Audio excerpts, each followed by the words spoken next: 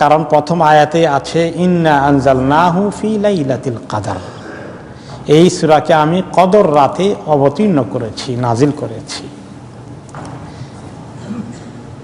আল কদর শব্দের অর্থ কি? দুটো অর্থ আরবিতে আছে। একটা অর্থ হচ্ছে কদর মানে পরিমাণ,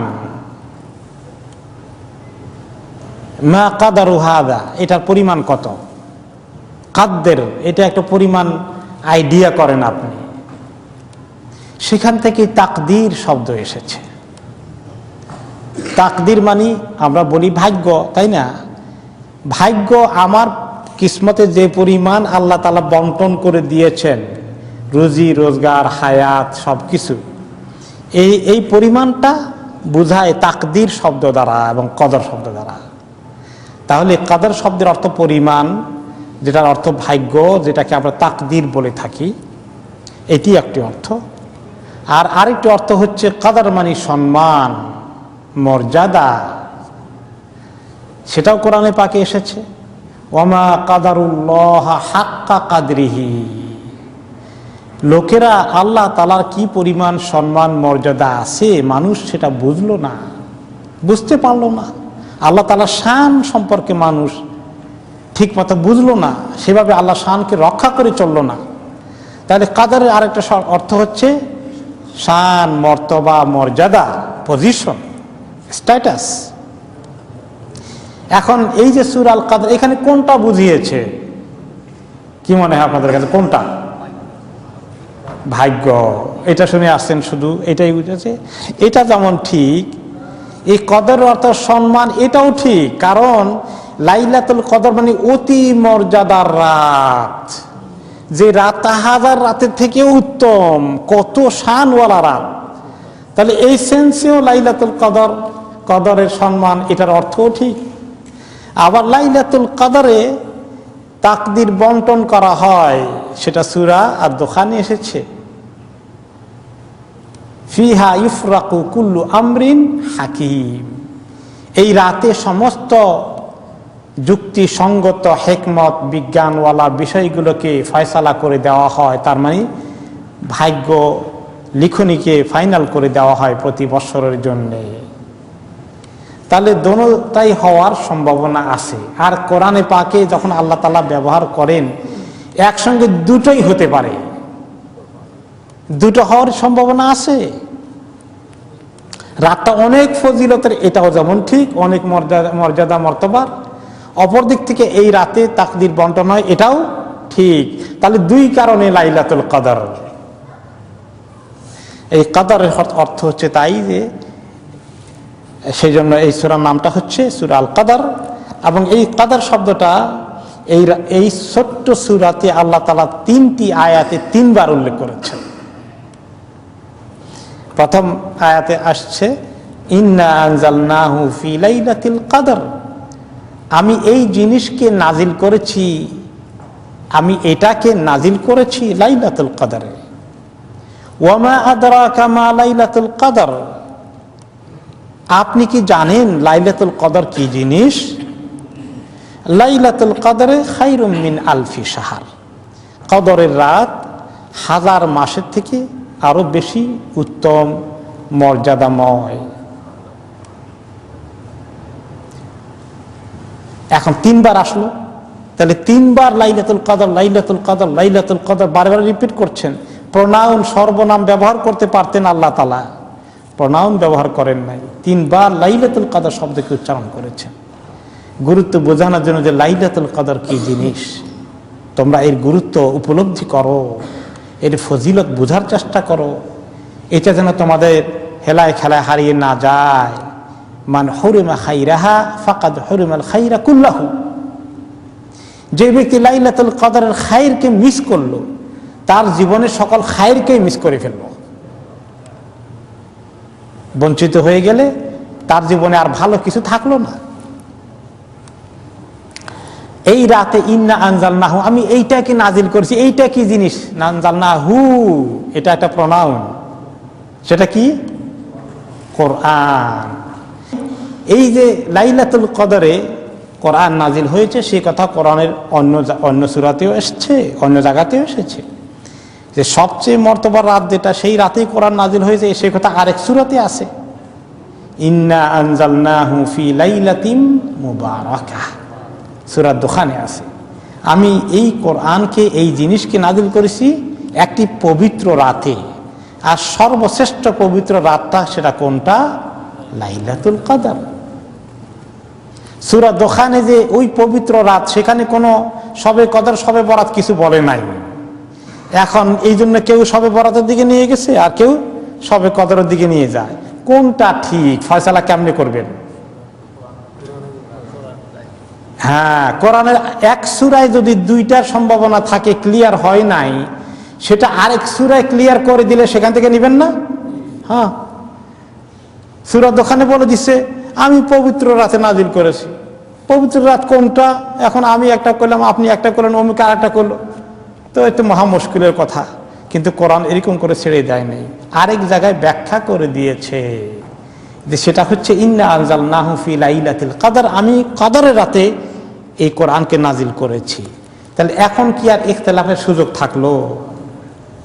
হ্যাঁ, না সবে কদরও হইতে পারে, কেউ বলছে হ্যাঁ সবে বরাতে, কেউ কেউ বলছে। এখন আর এই কথা বলার সুযোগ থাকে না, কারণ লাইলাতুল কদর কথা আরেক সূরাতে বলে দেওয়া হয়েছে। এই জন্য মুফাসসিরিনে কেরাম যারা তাফসির করেছেন, তাফসির একটা শাস্ত্র, এটা একটা বিজ্ঞান, এটা একটা আলাদা একটা ফান ইলমের মধ্যে। ওনারা বলেছেন কোরআনের তাফসির করতে হলে, কোরআন কি বুঝায় ওই শব্দ দ্বারা এটা বুঝতে হলে কিছু উসুল আছে, কিছু তরিকা আছে, এটাকে বলে উসুলুত তাফসির, উলুমুল কোরআন। তারা কি বলেছেন সেখানে, যে কোরআনে তাফসির করলে এই শব্দ দ্বারা, এই বাক্য দ্বারা কি বুঝাইছে, তুমি কোরআনের কাছে আবার ফেরত যাও। আল কোরআন ইফাসসিরু বাদহু বাদা, কোরআন নিজেই নিজের তাফসির করে আরেক জায়গায়। তাহলে ইন্না আনজালনাহু ফি লাইলাতিন মুবারাকার তাফসির করেছেন আল্লাহ তাআলা কোন জায়গায়? সূরাতুল কদরের মধ্যে ইন্না আনজালনাহু ফি লাইলাতিল কদর। তাহলে কোরআনের তাফসির দ্বারা, কোরআন দ্বারাই কোরআনের তাফসির করি আমরা। এটাই মুফাসসিরিনে কেরাম করেছে, যে কোরআন দিয়ে কোরআনের তাফসির করা আগে যদি পাওয়া যায়। কোনটা কোরআনের দ্বারা কোরআনের তাফসির পাওয়া যায় না, তখন কোথায় যেতে হবে?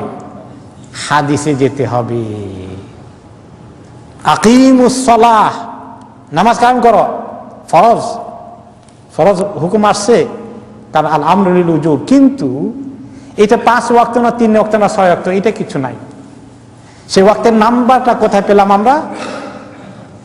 হাদিস বা সুন্নাহ, নবী করিম সাল্লাল্লাহু আলাইহি ওয়াসাল্লাম সুন্নাহর মধ্যে, হাদিসের মধ্যে পাওয়া গেল 5 ওয়াক্ত নামাজ ফরজ। তাহলে কোরআনের আকিমিস সালাত লিদুলুকিশ শামসি ইলা গাসাকিল লাইল অথবা আকিমুস সালাহ ওয়া আতুজ যাকাত, এগুলোর বর্ণনা আমরা কোথায় পাবো? তাফসীর, হাদিসে বা সুন্নাহর মধ্যে পাবো। এরকম ভাবে সুন্নাতেও অনেক সময় পাওয়া যায় না, কিছু শর্ট পড়ে যায়, তখন কোথায় যেতে হয় তাফসীরের জন্য? সাহাবায়ে কেরামের কোনো অপিনিয়ন আছে কিনা, ইমামদের কি ব্যাখ্যা করেছেন এর অর্থ, এরকম করে অনেক এক্সাম্পল পাওয়া যাবে, সেখান থেকে নিয়ে তাফসীর করতে হয়। তাহলে কোরআন তাফসীর কিভাবে লিখেছেন মুফাসসিরে কেরাম, কিভাবে মুফাসসিররা তাফসীর করেন, প্রিন্সিপাল কি? প্রথমে কোরআনের দিকে যেতে হবে, তারপরে হাদিস, তারপরে সাহাবায়ে কেরামের অপিনিয়ন, ইজমা যদি পাওয়া যায় সেটা তো সর্বোত্তম, না পাইলে ইন্ডিভিজুয়াল অপিনিয়ন, এরপরে তাবেঈনের অপিনিয়ন তাফসীর সম্পর্কে ওনারা কি বলেছেন, এরপরে আপনার আইমায়ে মুজতাহিদিন কি বলেছেন, সালফে সালেহিনের, এইগুলার থেকে থেকে তাফসীরটা এইভাবে পৃথিবীতে আসছে। ঠিক আছে, তাহলে আমরা বুঝলাম যে লাইলাতুল কদর এই তাফসীর অন্য সূরাতে যেটা ইজমাল এসেছে, এখানে মুফাসসাল এসেছে।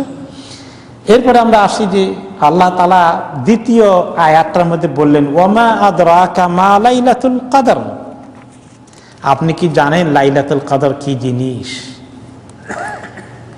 দ্বিতীয়বার প্রশ্ন করলেন। আবার 3 নম্বর আয়াতে আল্লাহ তাআলা নিজেই উত্তর দিচ্ছেন লাইলাতুল কদরে খায়রুম মিন আলফি শাহর, এটা 1000 মাসের থেকে বেশি উত্তম। তাহলে বোঝা গেল এই ইনফরমেশন তো রাসূলুল্লাহ সাল্লাল্লাহু আলাইহি ওয়াসাল্লামের কাছে নাই।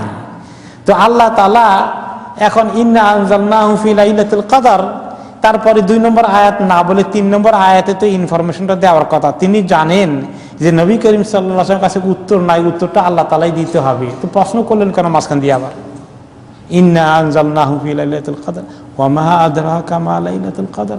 আপনি কি জানেন লাইলাতুল কদর কি জিনিস? উনি তো জানেন না, তো প্রশ্ন করার দরকার কি? আল্লাহ তাআলা সরাসরি বলে দিলেই হয়। প্রশ্ন কেন করেছেন বলেন দেখি? হ্যাঁ, অ্যাটেনশনকে সিক করার জন্য।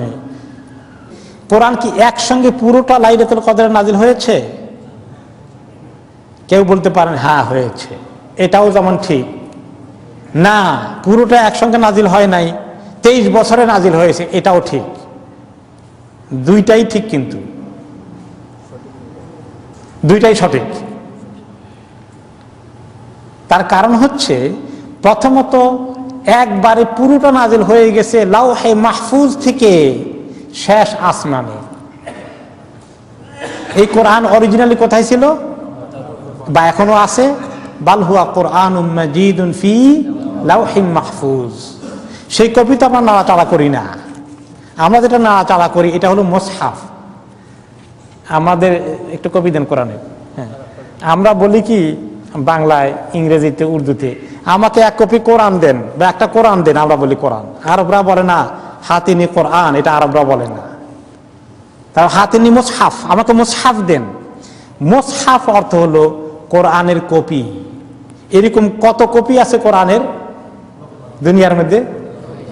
কোটি কোটি কপি আছে না? কিন্তু কোরআন অরিজিনালি কয়টা? একটা। তো আরবদের দৃষ্টিতে কোরআন এতগুলো হয় কেমনি? কোটি কোটি কোরআন হয় কেমনি? কোরআন তো একটা।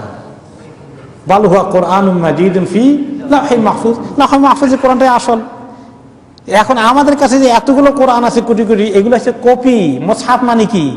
কপি। আমরা কপি করেছি, প্রিন্ট করেছি। তো এই জন্য কোরআন তো একটা। সেই একটা ছিল কোথায়? লাওহে মাহফুজে এখনো আছে।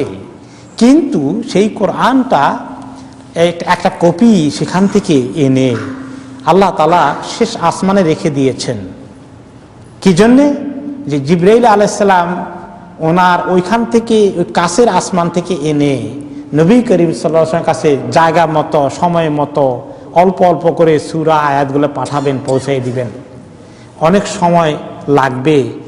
তিনি লাওহে মাহফুজে তিনি পৌঁছতে পারবেন না, ওইটা আল্লাহ তাআলা আরশের কাছে, ওনার রেঞ্জের বাইরে, ওখান থেকে আনতে পারবেন না তিনি। তা আল্লাহ তাআলা শেষ আসমানে এনে রেখে দিয়েছেন। এই যে শেষ আসমানে নাজিল করেছেন, অনেক দূর থেকে নাজিল করেছেন। লাওহে মাহফুজ থেকে শেষ আসমানের দূরত্ব অনেক। ওই নাজিলটা কবে ঘটে? সেটাও লাইলাতুল কদরে হয়েছিল, ফুল কপি।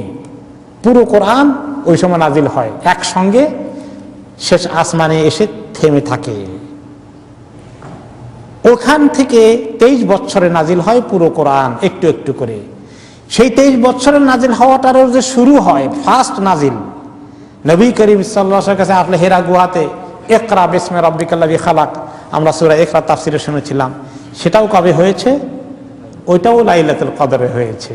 তাহলে দোনো সেন্সে পুরো কোরআন নাজিল হওয়ার ঘটনাও লাইলাতুল কদরে ঘটে, আর প্রথম নাজিল হওয়ার ঘটনাও লাইলাতুল কদরে ঘটে। দেখছেন দুইটা একসঙ্গে কেমনে আসে? এক কথায় আল্লাহ তাআলা কেমনে তুলে ধরতে পারেন? এটা তো কালামুল্লাহ, আল্লাহ তাআলার কালাম। মানুষের পক্ষে এত মেসেজ একসঙ্গে দেওয়া সম্ভব না। এখন এই লাইলাতুল কদর 1000 রাতের চেয়ে বেশি উত্তম।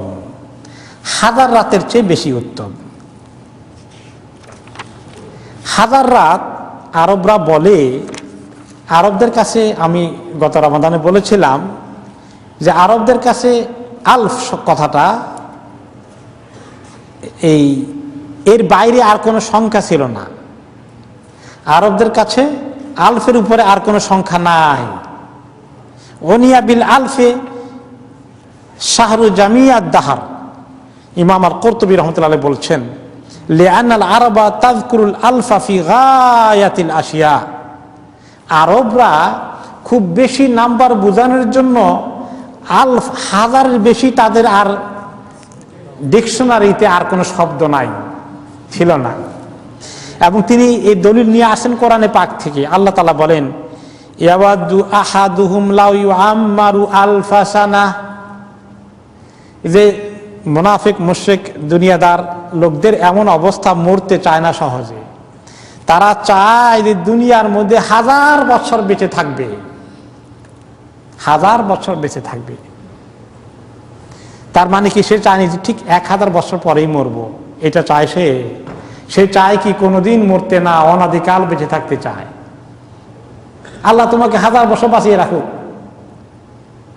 1000 বছর তো বাঁচা সম্ভব না, কিন্তু বেশি করে বাঁচতে চায়, বা বেশি করে হায়াতে দোয়া করেছেন, বেশি বোঝানোর জন্য আরবের কাছে 1000-এর বেশি ছিল না। এই জন্য এটা লিমিট নাই আসলে, 1000 মাসের থেকেও বেশি হতে পারে। এমন ফজিলত, আর ফজিলতের কোনো সীমা নেই, অসীম ফজিলত, এটাও একটা অর্থ হতে পারে। যদিও কোন কোন রেওয়ায়েতে আসছে যে আল্লাহ তাআলা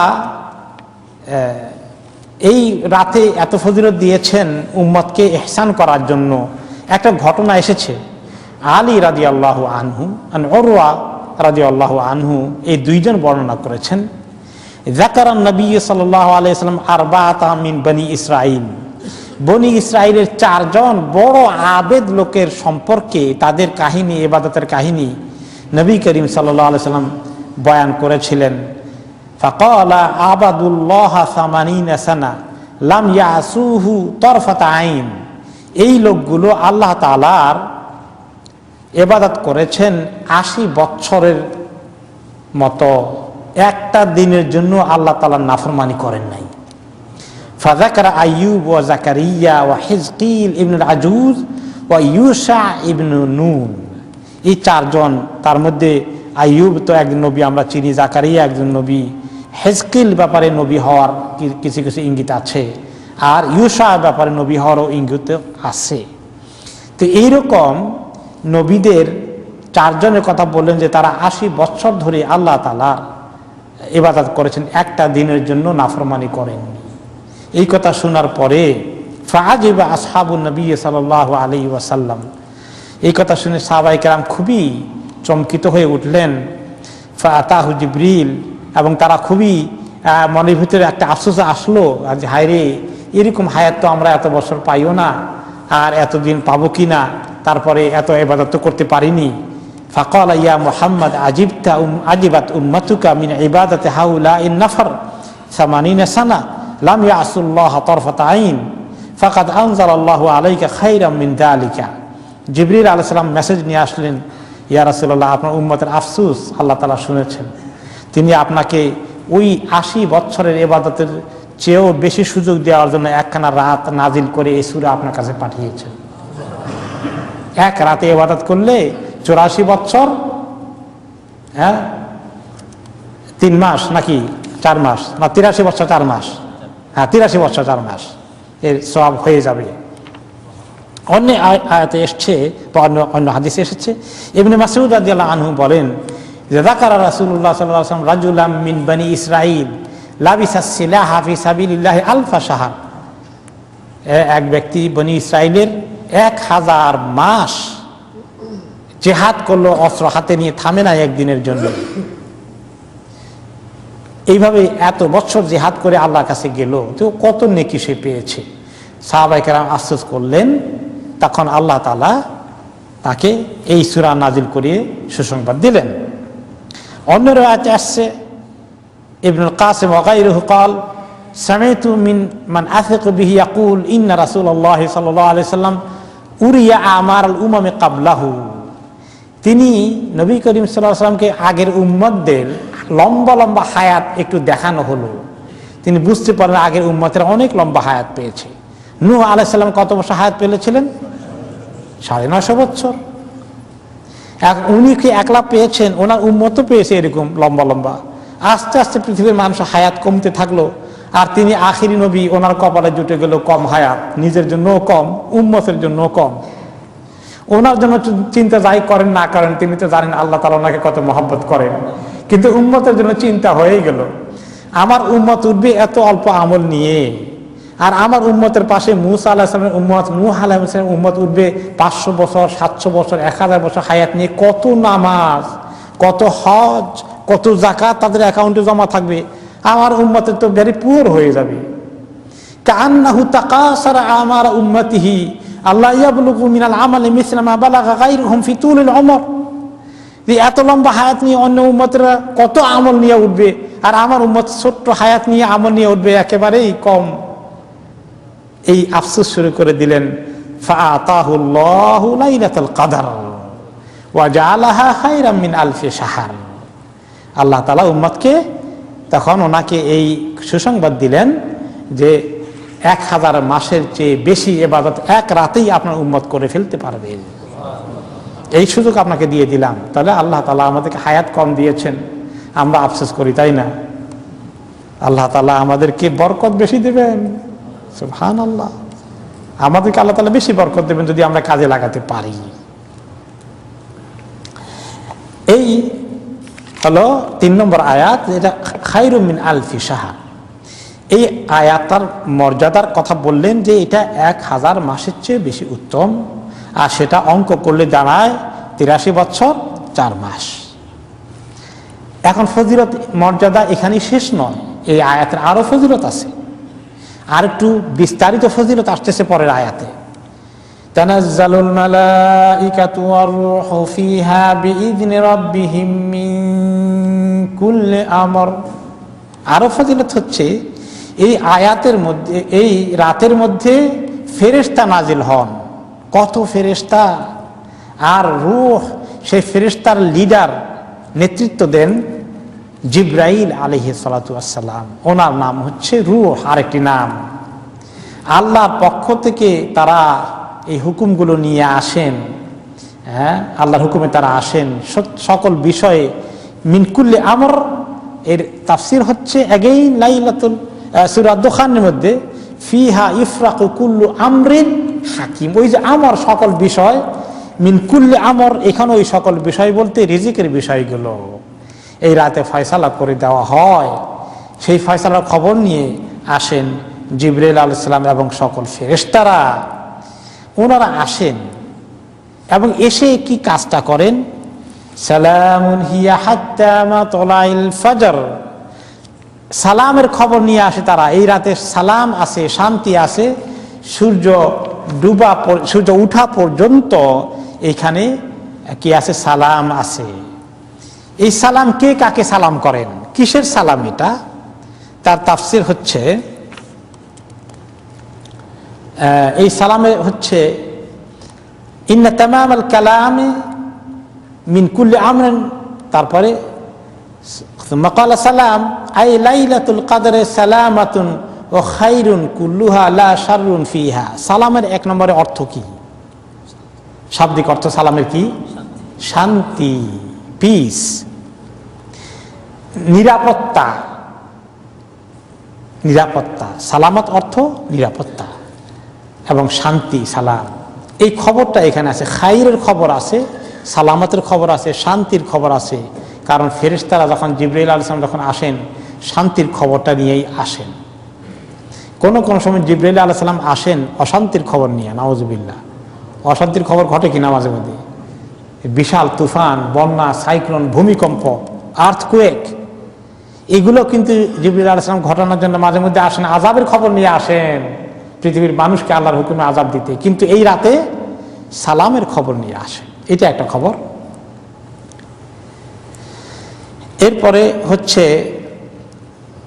আরেকটা খবর হচ্ছে যে আই যাতু সালামাতিন মিন আন ইউআসিরা ফিহা শাইতানুন ফি মুমিনিন ওয়া মুমিনাতিন। এই রাতে মুমিনের জন্য শয়তান থেকে কিছু নিরাপত্তার খবর আছে। এই রাতে মুমিনের কাছে শয়তান বেশি সুবিধা করতে পারে না। আমার মনে হয় কথাটা ঠিক কিনা? আপনি দেখবেন যে লাইলাতুল কদর রাতেও যে মুসলমান চুরি করে, জেনাবা বিচার করে, মদ খায়, আপনার কি মনে হয় এরকম ক্রিমিনালও লাইলাতুল কদরে এরকম কিছু করার সাহস করে? মনে হয় না। আর একেবারে কেউ যদি করে তাহলে মনে করবেন তার ইমান টিমান কিছু না, সে আসলে মুসলমান দাবি করলেও কাফের মুশরিকি হয়ে গেছে, তার আসলে ইমান টিমান নাই।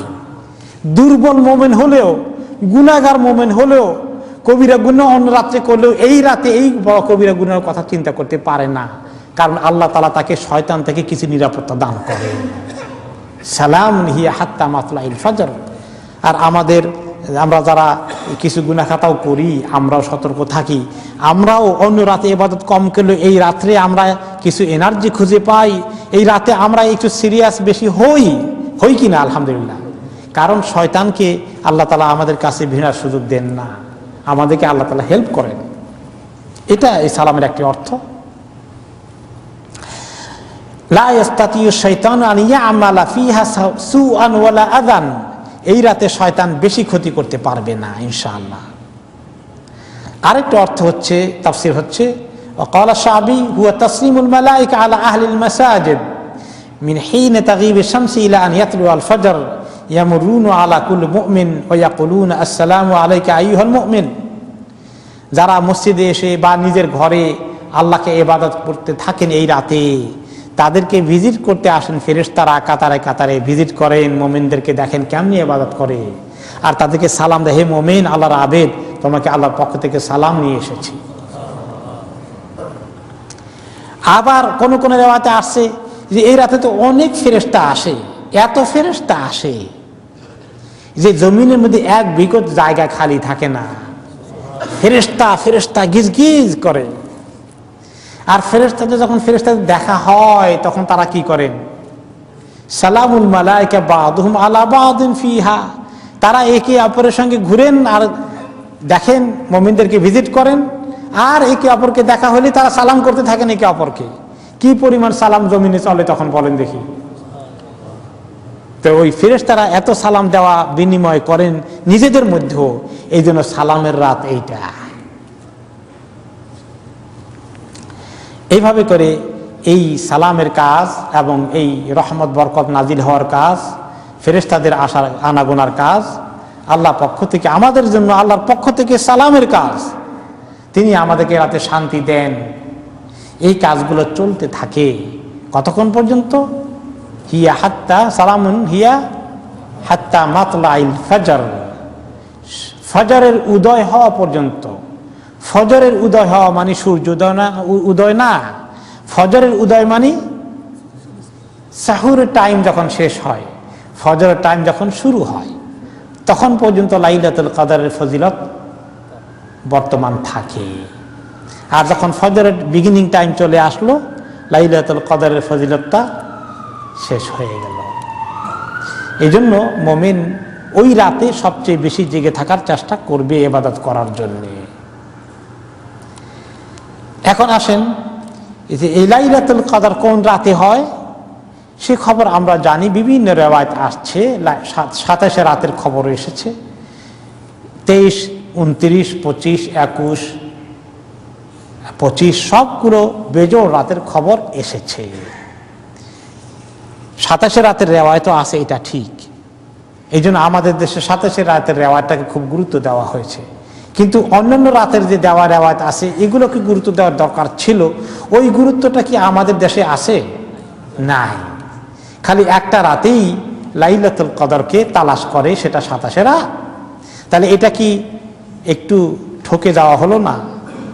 কারণ আপনারা জানেন যে একবার নবী করিম সাল্লাল্লাহু আলাইহি ওয়াসাল্লাম আসলেন, এসে তিনি চিন্তা করলেন যে সাহাবায়ে কেরামকে তিনি খবর দিবেন কবে লাইলাতুল কদর হয়। খবর দিতে গিয়ে তিনি আসলেন যখন রাস্তার মধ্যে পাওয়া গেল 2 জন সাহাবী ঝগড়া করতেছে। তখন তিনি তাদের ঝগড়া থামাতে গেলেন। থামাতে গিয়ে বললেন যে দেখো, থামাটামে। তারপরে সাহাবীদের কাছে আসি বললেন, আমি এসেছিলাম তোমাদেরকে লাইলাতুল কদরের খবর দিতে, কিন্তু 2টা ভাই তোমাদের ঝগড়া ফাসাদ করলো। আমি ওদেরকে থামাইতে গিয়ে চট করে ভুলে গেলাম একজাক্টলি কোন রাত্রটা ছিল। তবে আমার যেটা মনে পড়ে যে এটা শেষ 10 দিনের একটা বেজোড় রাতে ছিল। তোমরা এখন এই বেজোড় রাতে তালাশ করতে থাকো, তাহলে লাইলাতুল কদরকে মিস করবা না। এতে ইঙ্গিত পাওয়া গেল যে এই শেষ রাতগুলোর মধ্যে বেজোড় রাতের কোনোটাই ছাড়া ঠিক নয়। ওলামায়ে কেরাম বলেছেন তাহলে এত রাতের কথা, কোন কোন রাতে সাবে ইশরিন, কোন কোন রাতে আছে ওয়াহিদে ইশরিন, লাইলাতুল কদর এসেছে আপনার তাসিয়া, লাইলা ইলা ইহদা ওয়া ইশরিন, এতগুলো রিওয়ায়াত আসলো। তাহলে কি এটা যে কোনো রাতে যে কোনো বছর যায়? কেউ কেউ আবার বলেছেন যে কোনো রাত কোনো বছর 21 পার হতে পারে, কোনো বছর 23, কোনো বছর 27, কোনো বছর 25, কোনো বছর 29, এটা রোটেট করে, এরকমও কোনো কোনো তাফসিরে এসেছে। অথবা এটা এক রাত্রেই যায় প্রত্যেক বছরই, কিন্তু সেটা এই 5 রাতের এক রাত। ইন বোথ সেন্স বুদ্ধিমান ব্যক্তি 5 রাতেই ইবাদত করবে। আর যিনি বেশি বুদ্ধিমান নয়, নিজেকে বেশি বুদ্ধিমান মনে করে, আসলে বোকা, তিনি কয় রাত্রে ইবাদত করবেন? এক রাতে করবে। বেশি বুদ্ধিমান যে এত কষ্ট করে লাভ কি, একদিনে যদি পাই যায় 5 দিনে কষ্ট করার দরকার কি? এই হলো বেশি বুদ্ধির কাজ। কিন্তু এই বেশি বুদ্ধি করে ঠকে যাবে। কাজে 5 রাত্রেই কষ্ট করব, তাহলেই পেয়ে যাব। আর যদি মনে করেন এক রাত্র চলে গেছে, 27 রাত্রি হলো, আর আপনি 27 রাত্রি করলেন, পাইয়াও গেলেন, ঠিক আছে। আর যে ব্যক্তি 27 রাত্র করলো, আরো 4টা রাত্র করলো, সেই ব্যক্তির আমলের পরিমাণ আর যে ব্যক্তি এক রাত্র করলো তার আমলের পরিমাণ কি সমান হলো? যদি সে 27 রাত্রে পাইয়াও যায়, তাহলেও তো সে ঠকলো, কারণ তার হলো 5 ভাগের 1 ভাগ আমল হলো। আর ওই বেচারা 5 দিন করার কারণে, 5 রাত্র করার কারণে তার 5 গুণ আমল বেড়ে গেল। আল্লাহ তাআলার আসলে উদ্দেশ্য হচ্ছে আমাদেরকে 5 গুণ আমল করাবেন। লাভটা কি আল্লাহর হবে না আমাদের হবে? এটা 5 গুণ করাইতে চান, এই জন্য আল্লাহ তাআলা ওনাকে ভুলাই দিয়েছেন। তা আল্লাহ তাআলা চাইলে আবার মনে করাই দিতে পারেন না?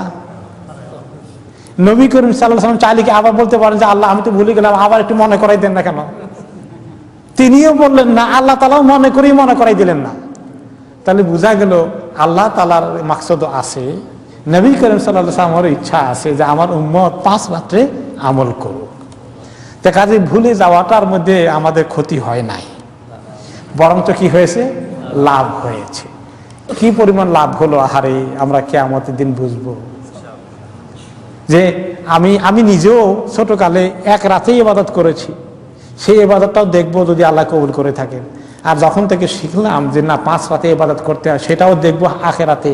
আহা, আমি তো 20 বছর তো খামাখা 1 রাত খালি করেছি, 4 রাত তো মিস করেছি। আর পরের 10 বছর 5 রাত করে তো অনেক লাভবান হয়ে গেছি। এটা যদি আগে জানতাম বেশি ফায়দা হতো।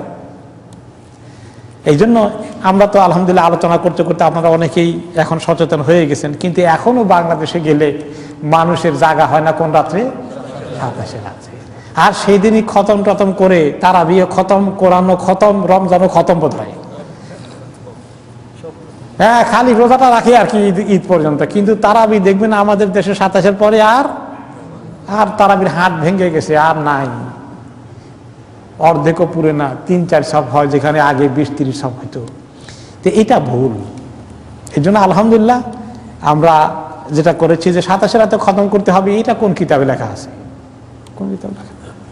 পারলে তো 30 রাত্রেই খতম করলে আরো ভালো হইতো, কিন্তু 30 হবে না 29 হবে। এটার একটা মুশকিল আছে বিধায় 30-29 পর্যন্ত গিয়ে খতমকে করাটা সবচেয়ে বেশি উত্তম। 27 রাতে খতমেরও একটা হেক আমাদের দেশে আছে। এখান থেকে খতমের থেকেই লোকদের ভিতরে তারাবির সিলসিলা ওইখানে খতম হয়ে যায়। কিন্তু কোরআনটা যদি 29 পর্যন্ত চলতো, তাহলে তারাবিটা 29 পর্যন্ত ঠিকই সবাই ইহতেমামের সাথে আমল করত। এরপরে আমরা দেখি যে এই যে বললাম তাকদিরের ফয়সালা হয়ে যায় সর্বশেষ কথাটা, এটা আমরা অনেকবার আলোচনা করেছি, জাস্ট যেহেতু রেকর্ডিং হচ্ছে আমরা একটু রিপিট করি যে তাকদিরের ফয়সালা ব্যাপারে 3টি কথা হাদিসে এসেছে। একটা হাদিস এসেছে আকাশ জমি সকল সৃষ্টির কত বছর আগে তাকদিরের ফয়সালা করে হয়েছে? 50,000 বছর আগে। আরেকটি হাদিসে পাওয়া গেল মায়ের পেটে কত মাস বয়সে তাকদির এসে যোগ হয়? 4 মাস।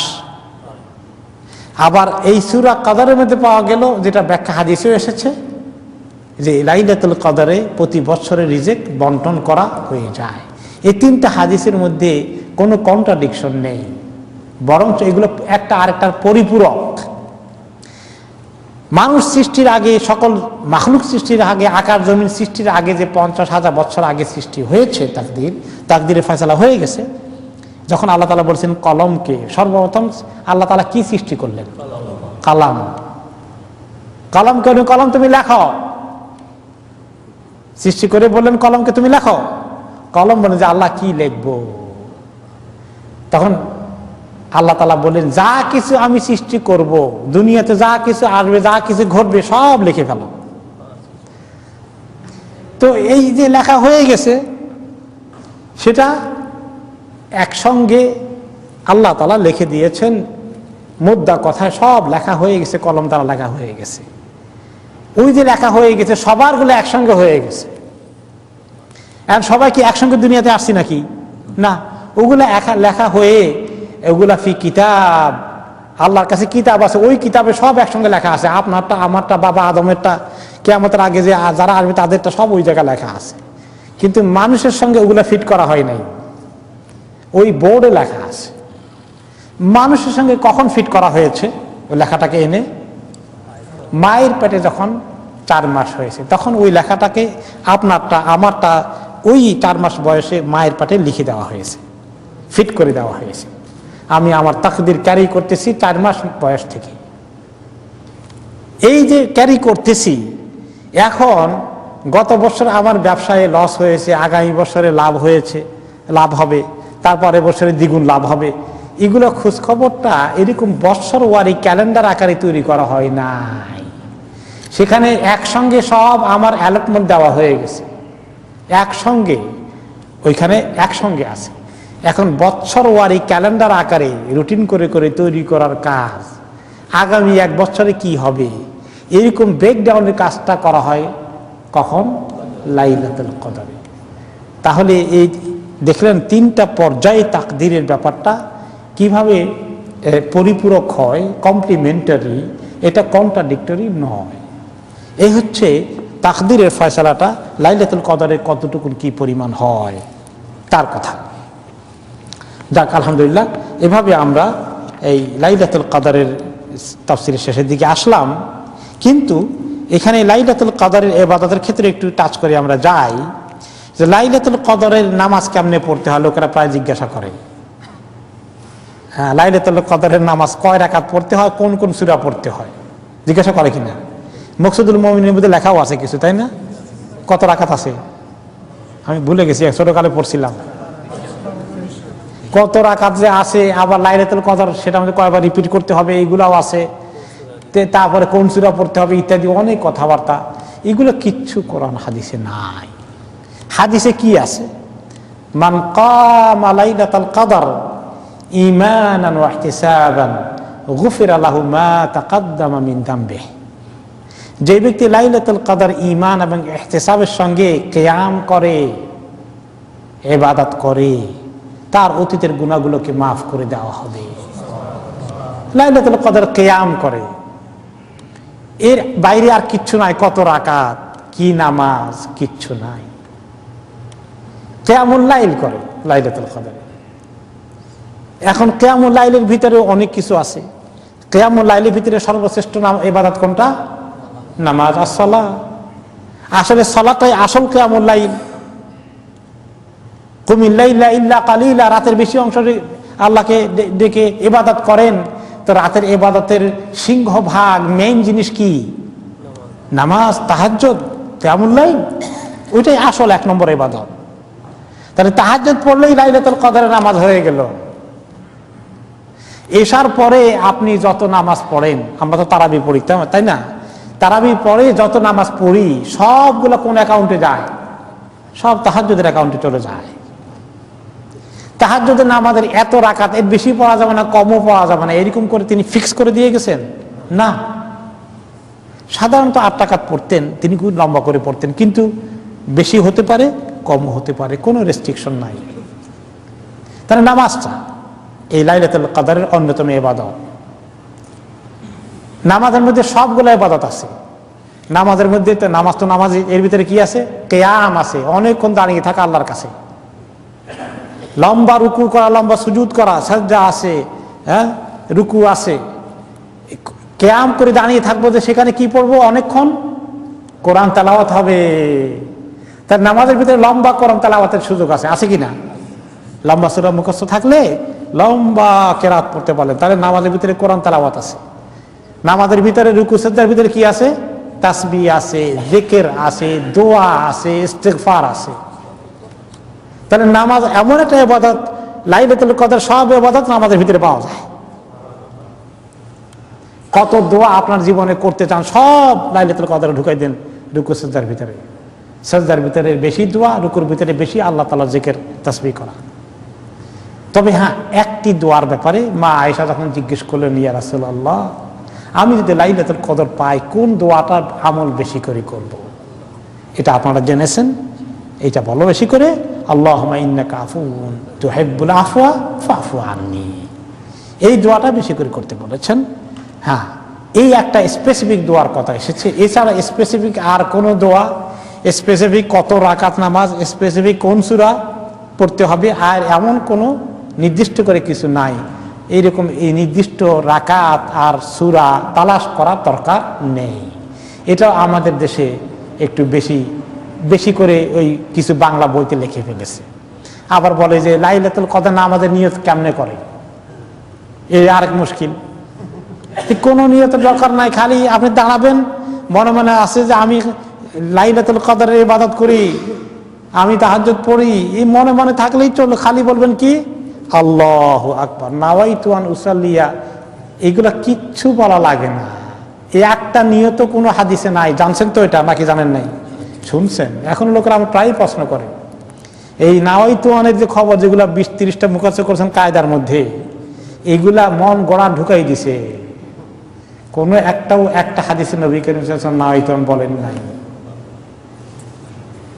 নিয়ত করা ফরজ, সে নিয়ত কোনটা? ইরাদাতুল কলব, অন্তরের মধ্যে কি জানা আছে। তো এটা এই জন্য আশরাফ আলী থানভী রহমতুল্লাহ আলাইহি, আগেও বলেছি আবার বলি, আপনাদের মনে কারা কারা এখনো কিছু এই ধারণা রয়ে গেছে, কয় কি এত শক্ত করে ওস্তাদে শিখাইলো, ব্যাট দিয়ে পিটাইয়া অবস্থা কাহিল করলো, নিয়ত মুখস্থ হয় না দেখি, এখন কয় এটা এত দরকার নাই। আশরাফ আলী থানভী রহমতুল্লাহ যে কিতাবখানা লিখেছেন বেহেশতি জোহর, সেখানে নামাজের চ্যাপ্টার উল্টে নিয়তের চ্যাপ্টারে যদি আপনি আসেন, সেখানে লেখা আছে, তিনি বলছেন নিয়ত হচ্ছে অন্তরে জানা থাকা কোন ইবাদত করেন, কোন নামাজ করেন, এইটা মনের ভিতরে পরিষ্কার থাকার নাম হলো নিয়ত। আপনি এখন দৌড়ে মসজিদে ঢুকলেন, ঢুকে আর খেয়াল করলেন না, অথবা ঘুমের থেকে উঠছেন, উঠে ওযু করে নামাজে নিয়ত করলেন। অনেক সময় নিয়ত করে এখন চিন্তা করি কোন নামাজে নিয়ত করতেছি, তো বুঝলাম না। কারণ ঘুমাইলেও অনেক সময় ঘুমের থেকে যখন উঠে, আমার 2-1 দিন এরকম হয়েছে, ঘুমের থেকে উঠছি, লম্বা ঘুম দিছি কোনো কারণে, আসর সময় উঠে ভুলে গেছি, মনে করছি ফজরের সময় উঠলাম কিনা। এরকম হয় না, মাঝে মধ্যে বেতাল হয়ে যায়। এরকম বেতাল অবস্থা নিয়ত করবেন না, আগে নিয়ত মাইন্ড ঠিক করেন, আরে ফজর না আসর না জোহর না এশা, এইটা মাইন্ডে রেখে আপনি নিয়ত করবেন। এইটার নাম হলো নিয়ত, মনের ভিতরে ক্লিয়ার থাকা। এইটা বলে তিনি বললেন, সর্বসাধারণের মধ্যে যে আরবি বা বাংলা উর্দু নিয়ত মুখস্থ করার রেওয়ায়েত আছে, এইটার কোনো জরুরত নাই। এ কথা কে বলছেন? আশরাফ আলী থানভী রহমতুল্লাহ আলাইহি বললেন, ওনার রেফারেন্স দিয়ে বলি। উনি উর্দুতে এই কথা লিখছেন। এখন বাংলা মোতারজম সাহেব বললেন ব্র্যাকেট দিয়া, তবে বুজুর্গানে দিন যেহেতু আরবি নিয়ত পড়া পছন্দ করিয়াছেন, তাই নিম্নে আরবি নিয়তগুলো লিখিয়ে দেওয়া হইল। তারপরে লিখছেন অনুবাদক। আর এইটা আমাদের লোকেরা পড়ে মনে করলো সর্বনাশ, এটা তো বেহেশতি যাওয়ার কথা মনে করতেছেন, এটা আশরাফ আলী থানভী সাহেব লিখছেন, উনি এত বড় আলেম, উনি তো, এটা ওনার লেখা না, আর কোন হাদিসে এটা নাই, এই জন্য এটা বলার জরুরত নাই। এখন কে বলে ফেললে গুনাহ হবে কিনা, এর দূর পর্যন্ত আমরা করতেছি না, যে বলে ফেলে গুনাহ হয়ে গেল এরকম নয়। তবে যে কাজ নবী করিম সাল্লাল্লাহু আলাইহি ওয়াসাল্লাম করেন নাই, তিনি নামাজ কোন তরিকায় পড়তে হবে, সব কিছু কি আগে পরে লাগবে সব বলে গেছেন, নাকি আখেরি জমানা কোনো লোকের জন্য বলে গেছেন তুমি একটু অ্যাড করে দিও, বলে গেছেন কিছু এরকম কিছু রেখে গেছেন কারোর জন্য কিছু যোগ করতে? সেই স্পিরিট খেয়াল করলে তাহলে যোগ করাটা আমার কাছে কেমন জানি একটা সুবিধা লাগে না। কারণ তিনি নামাজের সব শিখাই যাওয়ার কথা, তিনি আবার আরেকজনে রেখে যাবেন, যোগ করে দিবেন, এটা তার জন্য রেখে যাবেন কেন? নামাজের মতো ইবাদতে তিনি সব বলে যাবেন না, এটা তো হয় না। কাজে আরেকটু অ্যাড করাটা আসলেই কিন্তু যুক্তিতে মিলে না। যাই হোক, কোন জায়গা থেকে গেছিলাম আমরা? লাইলাতুল কদরের ইবাদত